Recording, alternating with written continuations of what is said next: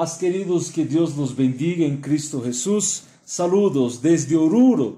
Estamos hoy con la grabación para la entrega de la tercera semana, de la tercera lección, de la serie que estamos estudiando ya hace algún tiempo. Empezamos esta serie maravillosa sobre qué es el Evangelio, las buenas nuevas de Dios. Para usted que recién está llegando, usted puede ver el link que va a estar disponible ahí abajo. Las dos anteriores lecciones. ¿Cómo estamos haciendo? Estamos siempre subiendo un video tutorial, una clase tutorial, una lección, pero también estamos compartiendo el texto de la lección y estamos compartiendo el cuestionario. Si usted quiere, puede nos enviar. Yo voy a estar dejando ahí mi número de WhatsApp para que usted pueda enviar también, para que podamos hacer la corrección y podamos dar seguimiento. Este es nuestro curso online de teología. Es un gusto estar con ustedes. Un gran saludo a todos los hermanos y hermanas. Oremos en el nombre de Jesús. Padre, queremos darte gracias. Reconocemos tu bondad, reconocemos tu amor, tu fidelidad y tu gracia que está sobre nosotros. Señor, queremos rogar en ese momento tu bendición, tu sabiduría, tu entendimiento, que tú puedas alumbrar nuestro entendimiento para comprender tu palabra, Señor. Que todos nuestros hermanos y hermanas que van a ver ese video, que van a escuchar ese audio, que van a estar haciendo estas lecciones, sean bendecidos por el poder del nombre de Jesucristo. En el nombre de tu Hijo amado oramos. Amén, Señor. Amén. Queridos, las 2 semanas anteriores estuvimos hablando con respecto al Evangelio y las 2 anteriores lecciones, la semana 1, hablamos qué es el Evangelio. ¿Qué es el Evangelio? Y empezamos hablando de malas noticias y de buenas noticias. Y la semana 2 hablamos sobre Dios, el Creador justo. ¿Quién es Dios?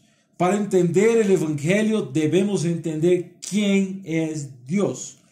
Y esta tercera semana, esta tercera lección, estaremos estudiando sobre el hombre, el pecador.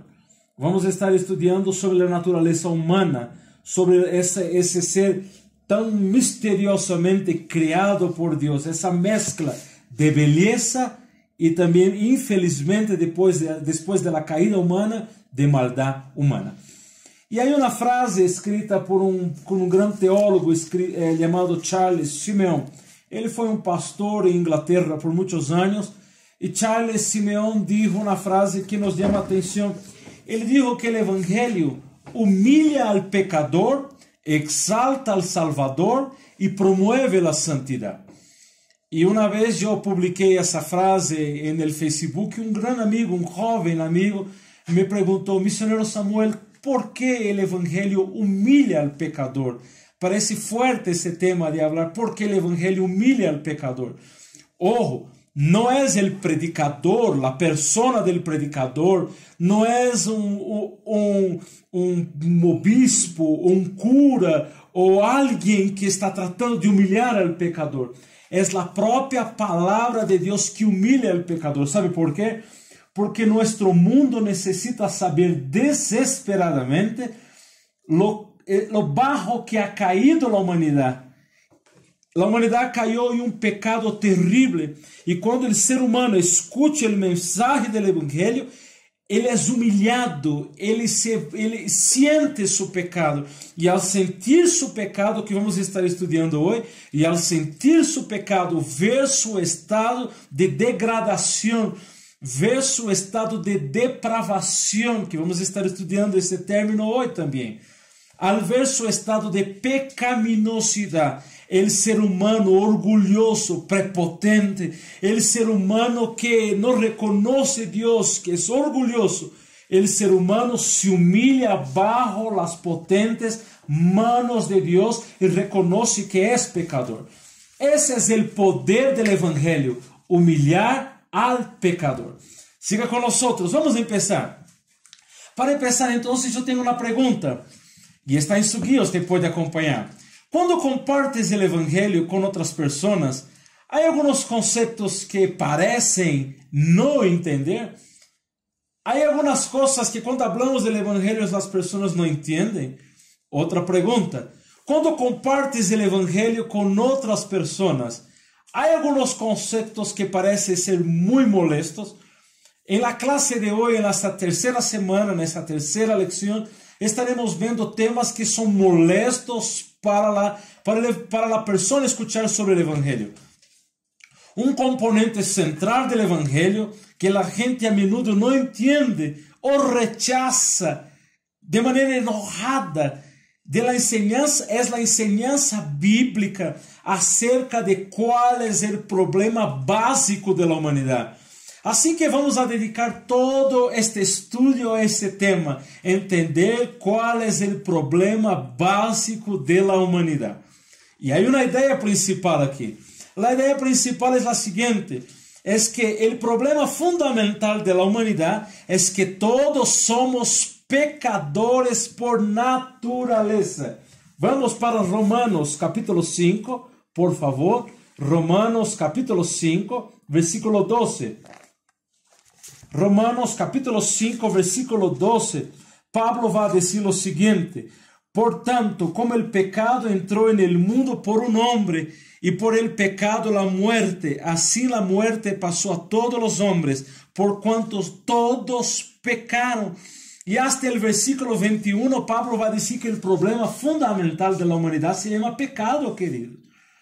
Yo sé que ahora está un conflicto grande con respecto a ese tema de coronavirus, la epidemia, y algunos incluso ya preguntaron, ¿y será que el coronavirus es consecuencia del pecado del ser humano, consecuencia de la caída del ser humano, el pecado de Génesis 3? No se olvide que Génesis capítulo 1 y capítulo 2 es la creación perfecta de Dios, creando la naturaleza, el universo, el cosmos, creando la tierra con toda su estructura física, orgánica, biológica. Y en el capítulo 3 nosotros vemos una caída desastrosa del ser humano. Y algunos preguntaron, ¿será que el coronavirus es consecuencia del pecado del ser humano?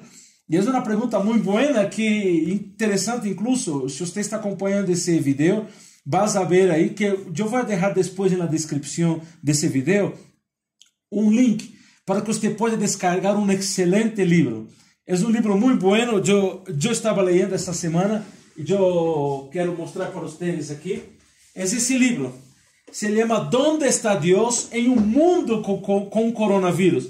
Por supuesto, é um livro digital, eu hice imprimir, para entender melhor esse conceito.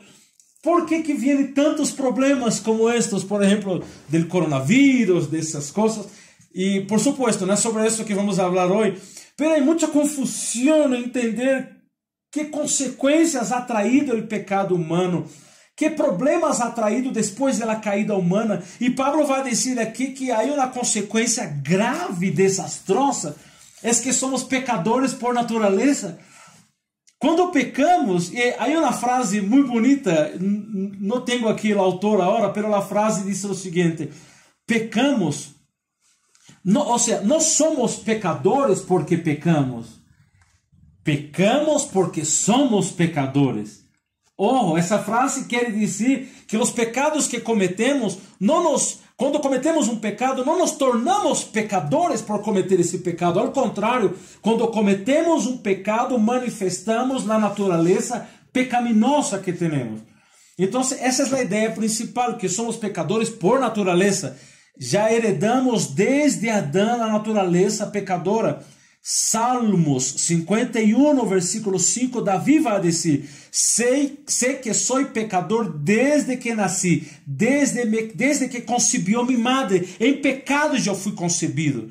Não é que a mamá de Davi havia cometido um pecado para ter, não. O próprio nascimento do ser humano é um ato que viene por natureza, viene generando pecadores desde Adão. E ojo, a ideia principal vai dizer que somos pecadores por eleição. Decidimos pecar. Pecamos por eleição. Decidimos pecar. Tomamos a decisão consciente e intencional de pecar.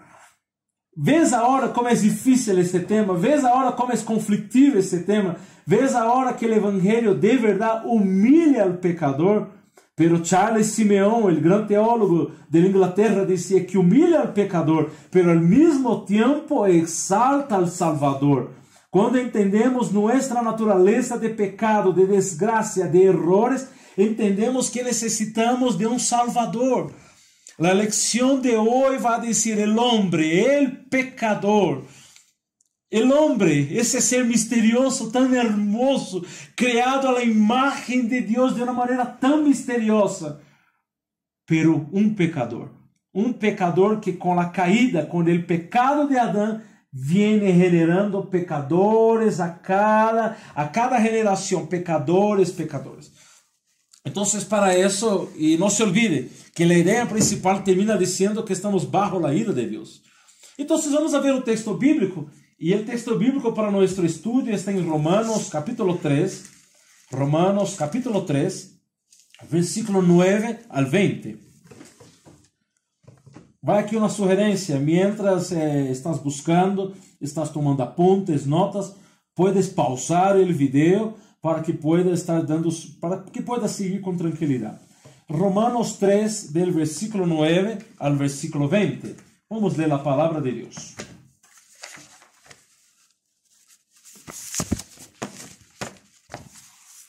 Dice así el versículo 9. ¿Qué pues? ¿Somos nosotros mejores que ellos? En ninguna manera, pues ya hemos acusado a judíos y a gentiles que todos están bajo pecado. Como está escrito, no hay justo, ni aun uno, no hay quien entienda, no hay quien busque a Dios. Todos se desviaron y a una se hicieron inútiles. No hay quien haga lo bueno, no hay ni siquiera uno.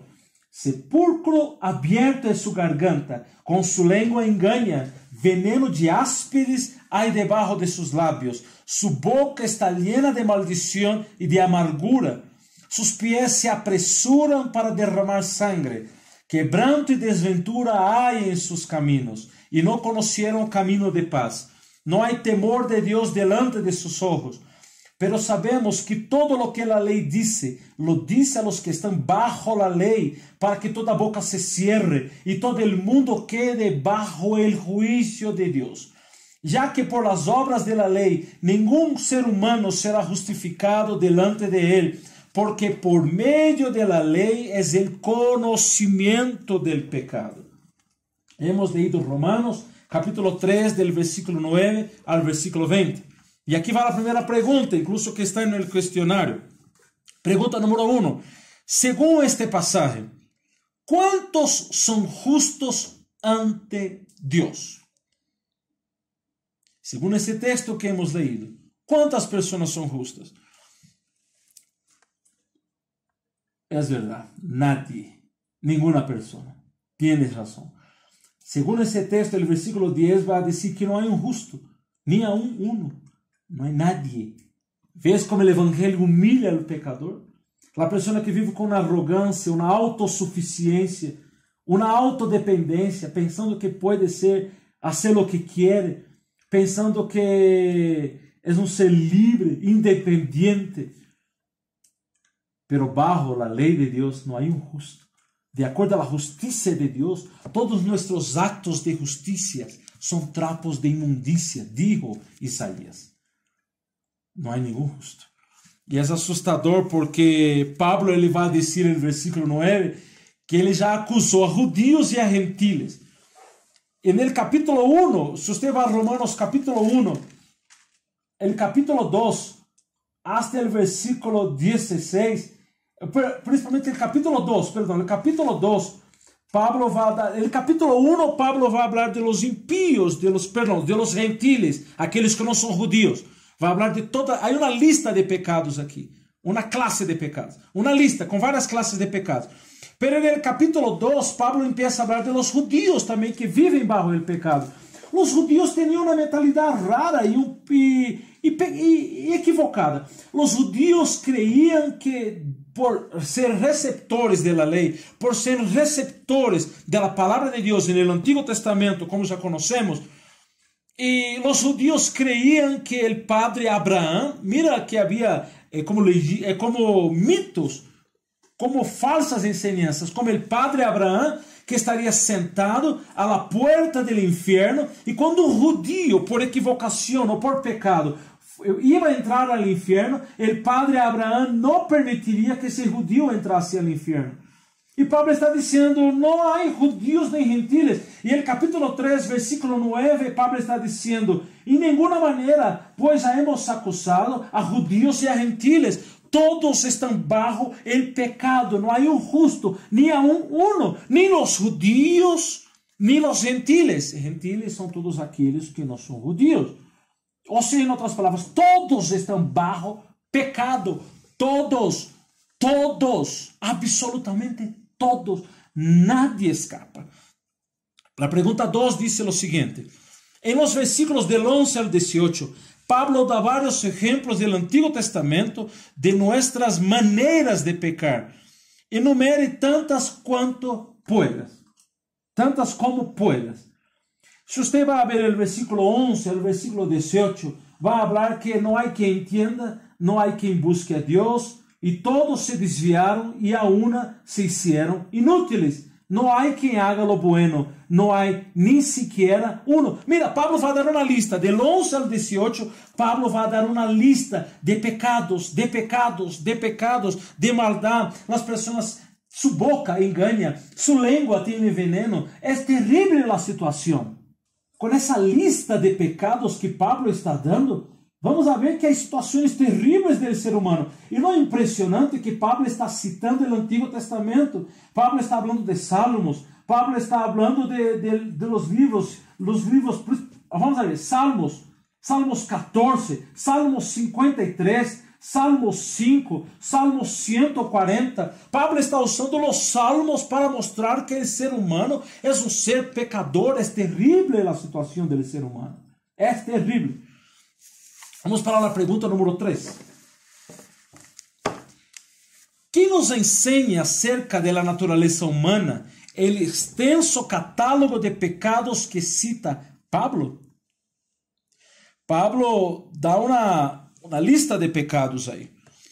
E essa lista de pecados vai mostrar algo que nós conhecemos como depravação humana.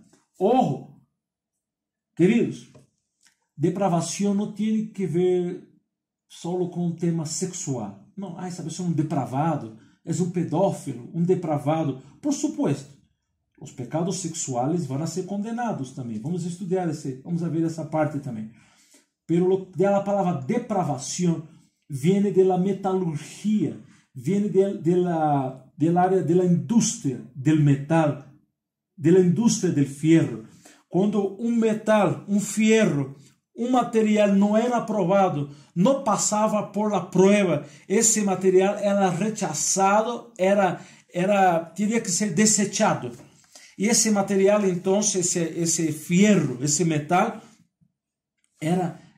usava uma palavra que dizia que foi depravado, que não foi aprovado, que não passou por aprovação. Interessante que quando Adão exposto no huerto de Edén, quando Adão e Eva, a primeira pareja exposta no huerto de Edén, e o tema de desobedecer, o tema não foi não só a fruta, não é uma fruta o tema principal, não é um árbol proibido o tema principal. O homem foi posto em prueba, lo que em teologia chamamos de pacto de obras, o pacto de obras. El hombre tendría que obedecer a lo que Dios había dicho, a lo que Dios había ordenado. No coman. Podría ser cualquier árbol del huerto que Dios podría haber dicho, pero Dios seleccionó un árbol y mostró, de este árbol no coma. Podría ser otro que Dios podría haber mostrado. El tema no es el árbol en sí. El tema es la depravación del ser humano. El hombre no fue aprobado. Y al no ser aprobado, él fue reprovado, foi rechazado, não passou a prueba. Por isso que a palavra depravação humana, o primeiro homem, Adão, al não passar a prueba de Deus, foi reprovado, foi rechazado. E essa depravação, já hemos visto em Romanos 5, passou de ser humano a ser humano. quizás, querido aluno, aluna, querido hermano, querida hermana, usted dice, pero Adán, que desgraciado, pecou, e eu não tenho nada que ver com Adán. Pero se não fuera Adán, se não fosse Adán, iba a ser eu. Podría ser eu. Se eu estivesse aí, eu havia desobedecido. Talvez, creio que com segurança eu havia desobedecido. A desobediência tem que ver com essa independência de querer não seguir as ordens de Deus, de querer ser um ser livre, o livre albedrío que Deus havia dado a Adão, hizo com que Adão tomara sua decisão independiente de las órdenes de Deus. Deus havia dicho, não haga, pero Adão hizo obedecendo, impulsado, influenciado, potencializado, energizado por la serpiente, por Satanás. Pero ele tomou a decisão. Satanás não obrigou Adão a tomar a decisão. Não obrigou. Tampouco Eva obrigou.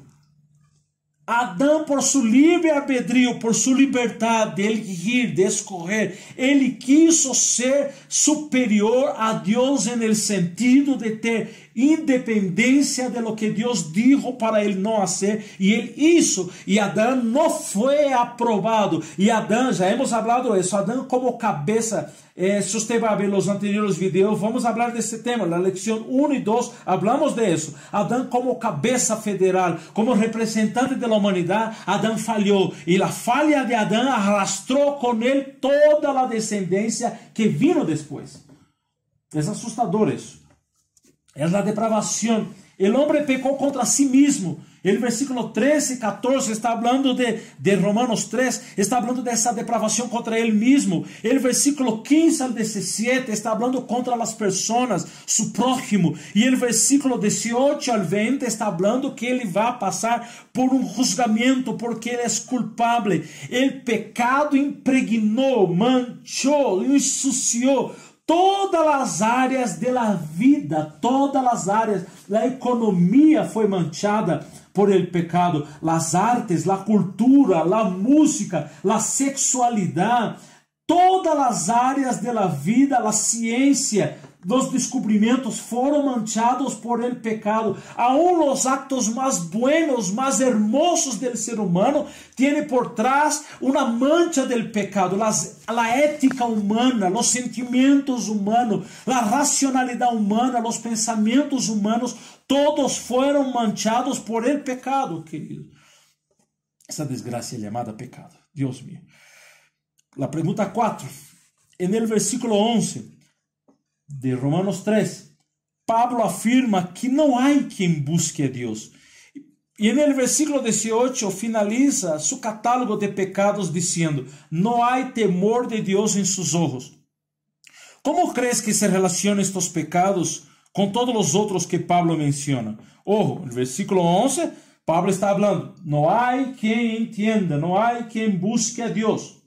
Versículo 11, não há quem entenda, não há quem busque a Deus. E o versículo 18 diz que não há temor delante de Deus, delante de seus olhos. Então, que les parece?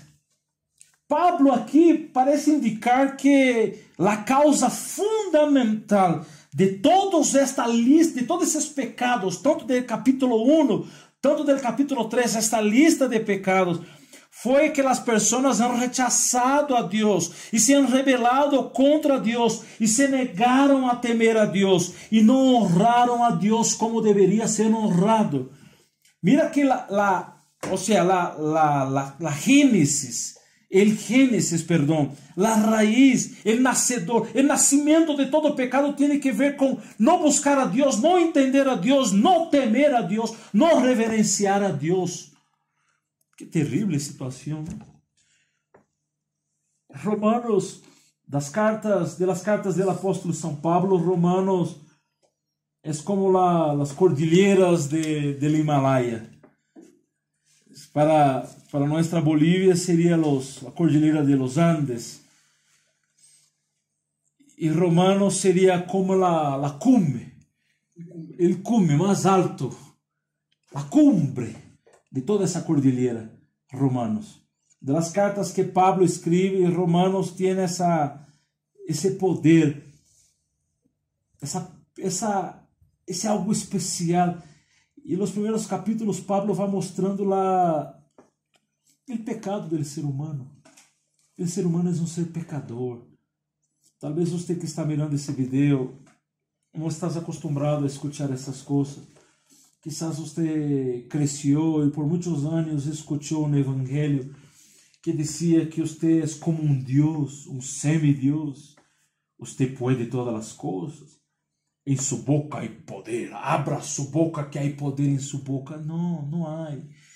A única boca que abriu, boca no sentido de entender, porque Deus é espírito. A única voz que se hizo oír e teve um poder criador foi a voz de Deus. Nossa boca não há poder criador. Há uma teologia distorcionada que diz que abra sua boca, há poder em sua boca. Pablo está dizendo que a garganta de nós pecadores é como um sepulcro aberto. Horrível, huele mal. Não mal aliento, pero as palavras que saem. Com a boca bendecimos a Deus e com a boca bendecimos a Deus e maldecimos a los hombres. Pablo está dizendo no versículo 13, com sua língua engana, veneno de áspides há debaixo de seus lábios. Não há poder criador em nossa boca, querido. Há veneno, há pecado. Esse evangelho distorcionado que está ensinando de que nós podemos fazer o que queremos com Deus. E quando oramos, as manos de Deus se movem, porque aunque Deus não quiera, pero nós obrigamos Deus a fazer. Que? Pablo está dizendo, somos pecadores. Nadie busca a Deus como deveria buscar. Não sabemos como buscar a Deus. Se o Espírito Santo de Deus não atua em nós, se nossos olhos não são abertos por a palavra de Deus, se nossos ouvidos não são destapados, não são abertos, se os olhos que estão cerrados não são abertos, nadie pode encontrar a Deus. E é Deus quem nos busca. E mientras estamos buscando, Deus nos busca e nos encontra. E nós gozamos de haver encontrado a Deus. Pero foi Ele que nos buscou primeiro. Deus que tomou a iniciativa de nos salvar. E puso em nós esse desejo de buscá-lo. Por isso que o Evangelho humilha o pecador. Nadie quer escutar um Evangelho dessa maneira. Queremos escutar um Evangelho fácil. Um Evangelho que nos dá como a las citas cristianas. Como a Urcupinha, como a Virgem del Amparo.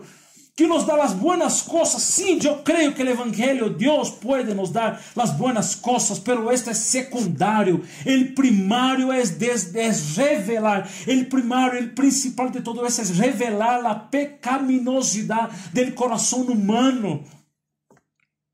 E aí, então, podemos desfrutar da maravilha da salvação, do gozo da salvação, da alegria da salvação. Quando descobrimos que de verdade somos pecadores, que estamos bajo, seja judío, seja gentil, seja brasileiro, seja boliviano, chileno, peruano, americano, seja russo, seja chino, seja o que seja.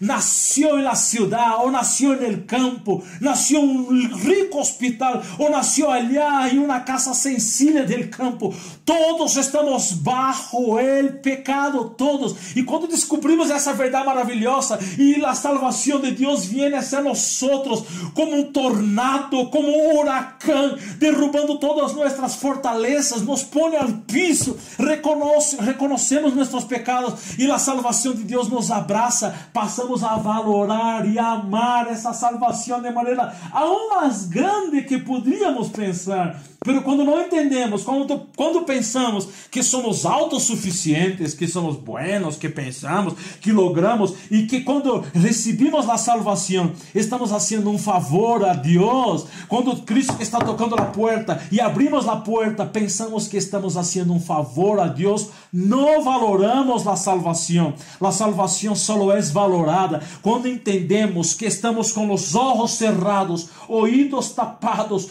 e estamos marchando rumbo ao inferno, e estamos marchando rumbo à perdição, e Deus vem com seu grande amor, aunque nós não merecemos, como diz Romanos, sendo aún nós pecadores. Deus nos amou.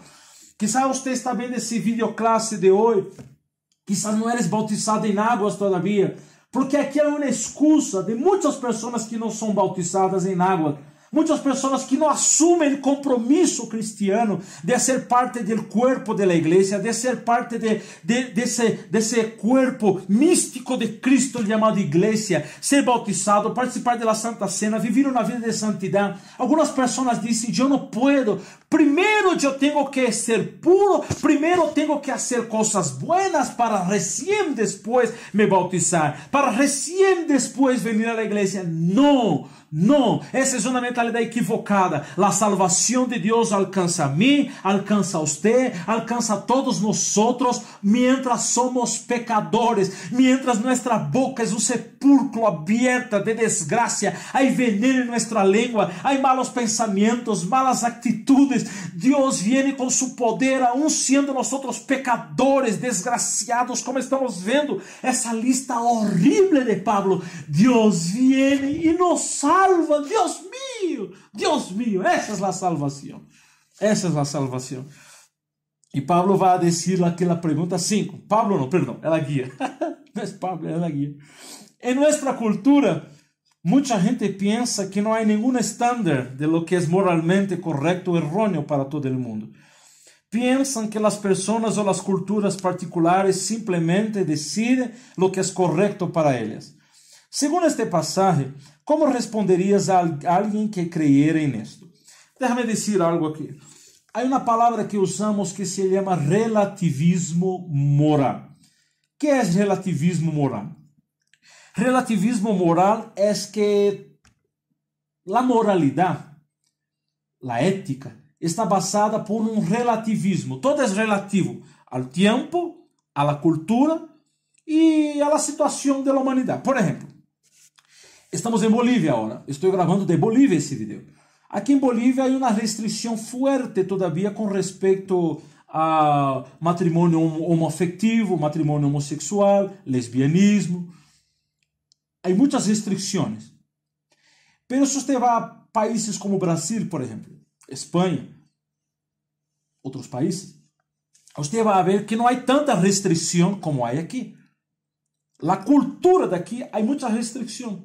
Mas se você vai a lugares, outros países, por exemplo, se você vai a São Paulo, se você vai a São Paulo, você vai ver em las calles, não estou dizendo que é normal nem aceitável, de acordo aos padrões bíblicos, está incorreto.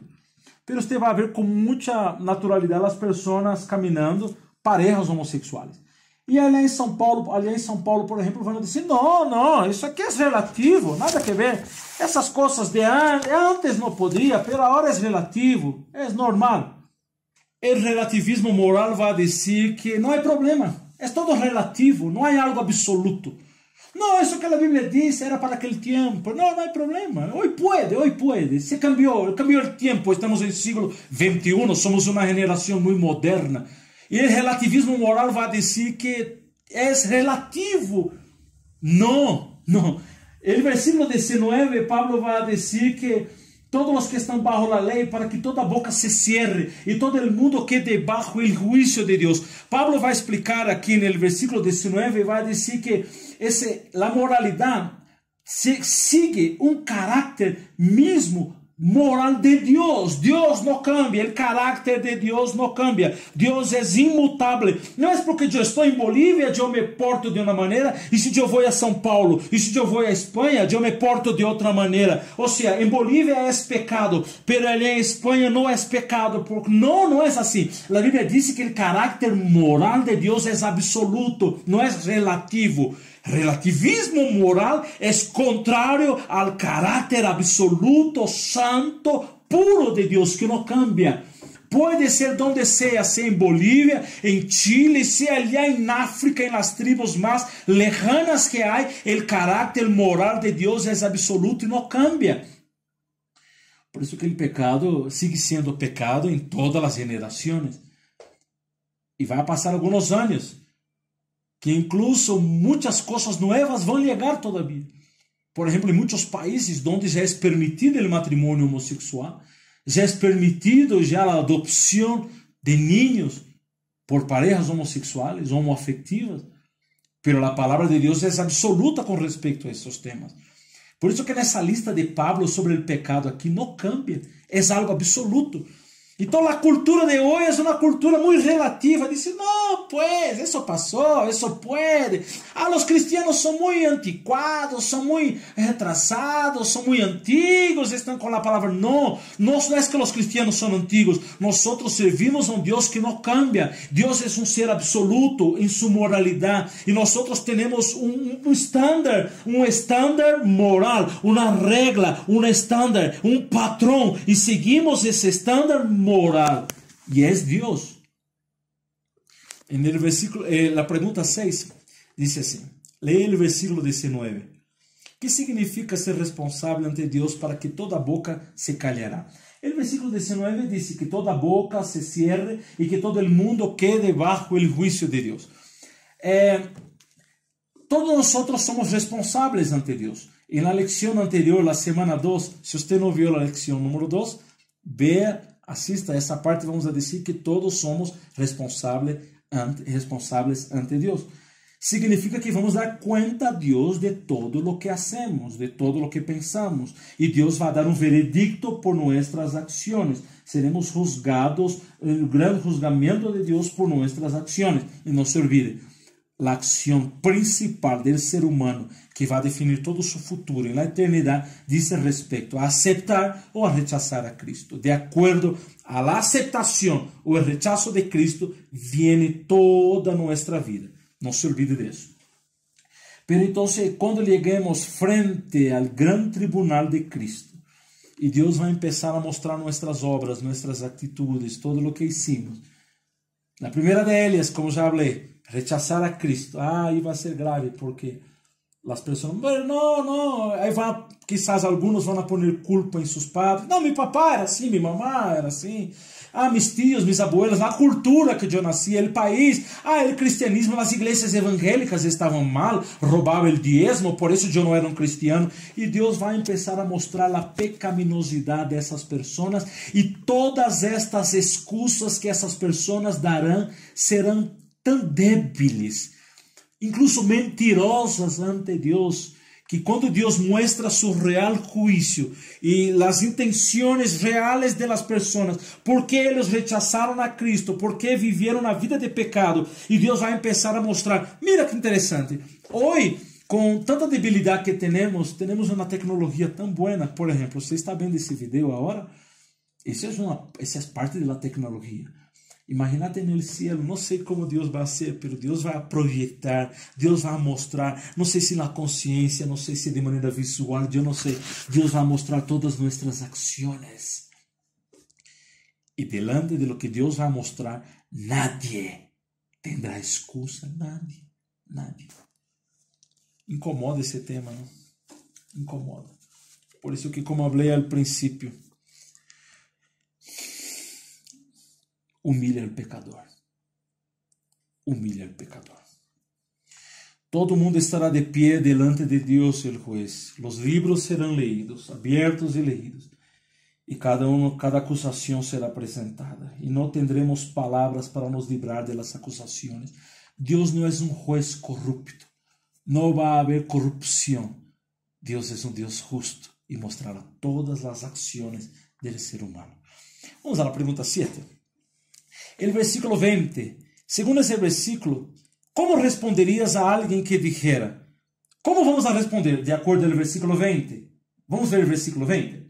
Já que por las obras de la lei nenhum ser humano será justificado delante de ele, porque por meio de la lei é o conhecimento del pecado. Ok, está o versículo.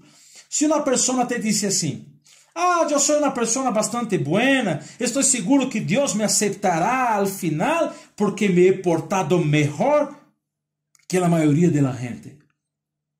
Como responderias de acordo com o versículo 20 essa pessoa? O versículo 20 está dizendo que nadie é justificado por lei, por obras, principalmente por la lei, por las obras de la lei, porque por meio de la lei vem o conhecimento del pecado. La lei não quita o pecado. E a lei empieza desde Gênesis, quando Deus disse a Adão e Eva, não comas. no comas. Empezó la ley de la obediencia y de la desobediencia. La ley es santa y justa. La ley es como un espejo, te muestra su pecado, pero no quita su pecado. Un espejo muestra su suciedad, pero no quita. Usted necesita de agua para limpiar su suciedad. La ley es un espejo. La ley muestra nuestros pecados. La ley hace el diagnóstico, pero no da la medicina. La ley muestra que somos pecadores, pero no sana a nadie. Y nadie puede usar obras, ni la ley. No, yo soy una persona justa, yo cumplo la ley, yo no robo, yo no mato, yo no adultero, yo soy una persona sincera, yo actúo con justicia. Nadie será salvo de esa manera. Nadie. Que grave, ¿no? Dios mío, que Dios tenga misericordia de nosotros. Como vimos en el versículo 19, la Biblia enseña que el pecado no es solamente un problema para nosotros por el hecho de tener malas consecuencias en nuestras propias vidas. Pero vamos a ver lo que dice Efesios capítulo 5. Efesios capítulo 5. Vamos ver el versículo 5 y 6. Efesios 5, versículos 5 y 6. Vamos a ver lo que dice la palabra de Dios. Efesios 5, versículo 5, versículo 6. Porque sabéis esto, que ningún fornicario, inmundo, avaro, que es idolatría, tiene herencia en el reino de Cristo y de Dios. Nadie os engañe con palabras vanas, porque por estas cosas viene la ira de Dios sobre los hijos de desobediencia. Efesios 5, versículos 5 y 6. Pregunta 8. ¿Qué dice Pablo que le ocurrirá a aquellos que pratiquen inmoralidad sexual, impureza o avaricia? No se olvide que inmoralidad sexual aquí habla de fornicación, que es sexo entre solteros antes del matrimonio. Habla también de adulterio, que es sexo entre una persona casada con otra persona. Habla de pornografía, toda clase de inmoralidad sexual. E Pablo vai falar aqui sobre essa impureza, essa avarícia. O que vai passar com essas pessoas que vivem nesse estado? O versículo 5 vai dizer, que les parece? O final do versículo 5 diz que essas pessoas não têm herência no reino de Cristo. Não têm herência. E o que significa isso? Significa que no reino de Deus, o reino santo e justo de Deus, essas pessoas serão excluídas, não participarão, não vão participar. E pior, serão castigadas por seus próprios pecados. E versículo 6 diz que vai vir a ira de Deus sobre essas pessoas. Queridos, o pecado não é broma. O pecado não é algo sencillo. O pecado manchou a humanidade e há uma ira de Deus sobre o pecado e Deus vai castigar o pecador. La ira de Dios vendrá sobre el pecador. Versículo 9.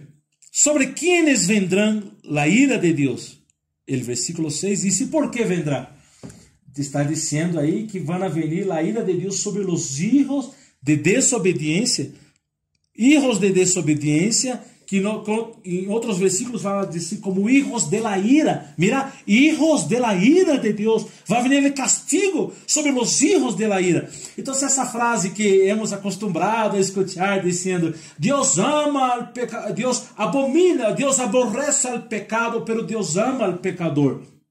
Ok, Deus ama o pecador porque Deus enviou a Jesucristo para salvar al pecador. Porque de tal maneira Deus amou ao mundo, amou a las personas, e as pessoas são pecadores, como já havíamos hablado. Fuimos salvados mientras éramos pecadores. Pero aqui não se olvide que Deus não passa, Deus não vai poner bajo la alfombra. Romanos, Pablo dijo eso en el capítulo 3, que Dios por un tiempo Dios toleró. Romanos capítulo 3, Pablo dijo que por su paciencia, versículo 25, Romanos 3, 25, por un tiempo en su paciencia Dios toleró los pecados. No es que Dios ocultó bajo la alfombra, no, Dios toleró, Dios soportó hasta la venida de Cristo para perdón de pecados. Los pecados, los sacrificios del Antiguo Testamento no perdonavam pecados. Los sacrificios era como uma cobertura. Deus estava tolerando, Deus estava soportando o pecado. Pero agora, com a venida de Cristo, os pecados são perdonados em Cristo. E aqueles que não têm a Cristo sofrerão a ira e o castigo de Deus. Quizás você que está vendo esse vídeo, quizás está incomodado com essa classe, com esse tema. Não apague o vídeo. Não cambie. Não vá a fazer outra coisa. Escute. Entenda. Essa é a verdadeira declaração bíblica de quem é o ser humano. O ser humano pecador está bajo a ira de Deus. Oh, Deus mío. Vamos caminhando aqui para a conclusão. Pergunta 10. Considerando ambos passagens, Romanos 3 e Efésios 5, como descreverias a condição natural da humanidade delante de Deus? Quem somos nós delante de Deus? Somos hijos de Deus, somos amados, somos electos, somos... Amém, amém.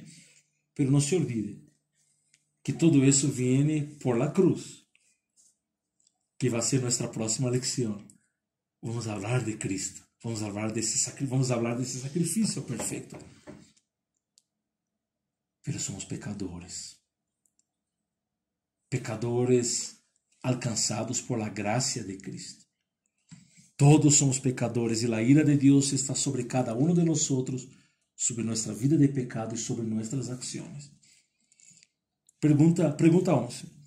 Tal e como hemos comentado em estudos prévios, o Evangelho é a boa notícia sobre o que Deus ha hecho. Deus ha hecho para salvar a los pecadores mediante a muerte e a ressurreição de Jesucristo. Esse é o tema da primeira lecção. Há uma pergunta aqui. ¿Por qué es importante entender entonces lo que enseña la Biblia sobre nuestro pecado y sobre la ira de Dios a fin de comprender y abrazar el Evangelio? ¿Por qué es importante entender que somos pecadores, que estamos bajo la ira de Dios, para entonces abrazar el Evangelio? ¿Por qué? El problema es pecado. Somos todos pecadores, estamos bajo la ira de Dios. Quando é apresentado para nós a salvação, é como um náufrago, alguém que está morrendo, está se ahogando, e vem alguém e lança uma llanta, um salva-vida, algo para salvar a vida desse que se está ahogando. E esse que se está ahogando vai aceitar a salvação, vai aceitar o resgate. Resgate, salvação. Para aqueles que estão perdidos, para aqueles que estão em muerte. Para aqueles que estão mortos espiritual, não é uma tableta de uma terapêutica, de algo, um bom mensagem, ou uma autoajuda, ou uma sanidade interior, porque seus traumas te estão prejudicando, você tem traumas interiores e necessita de sanidade interior.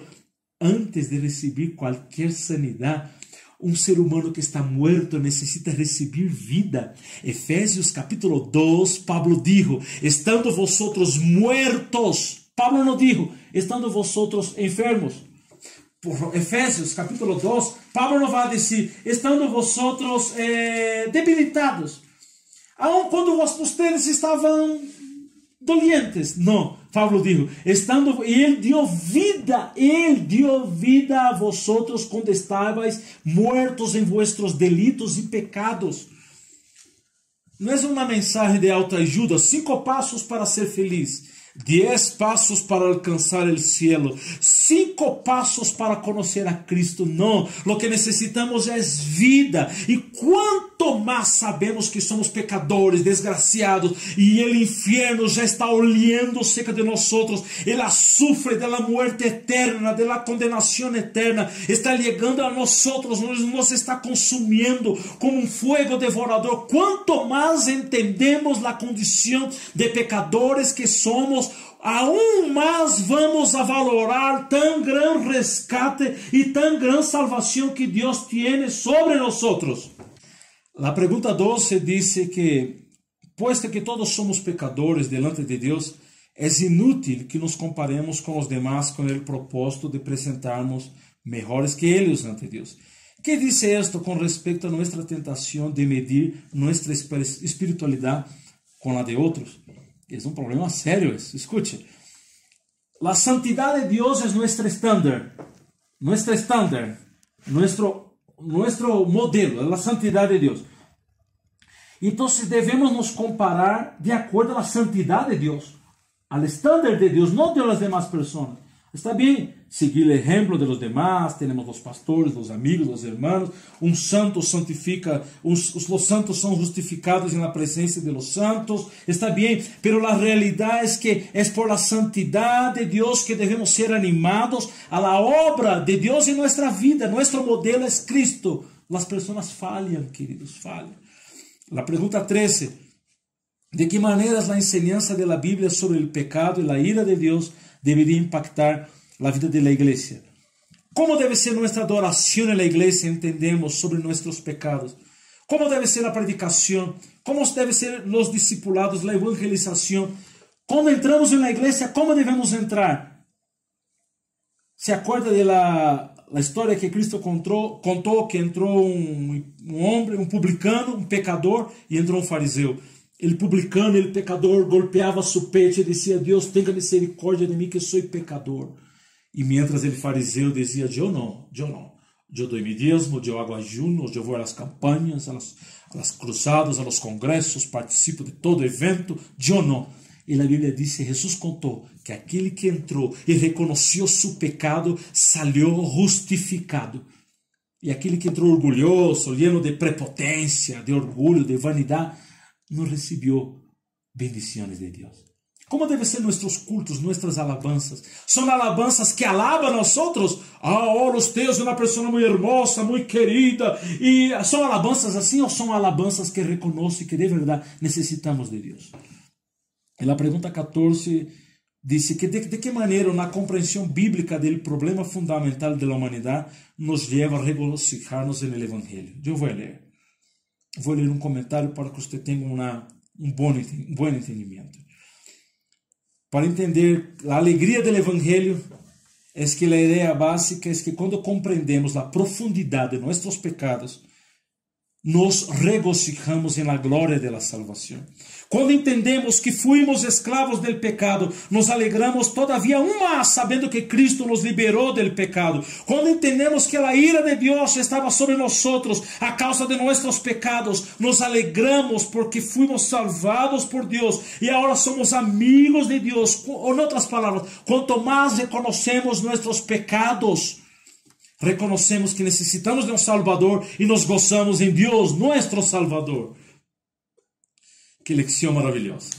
Estamos concluyendo la semana número 3, que habla del hombre, el pecador, en esa serie de lecciones.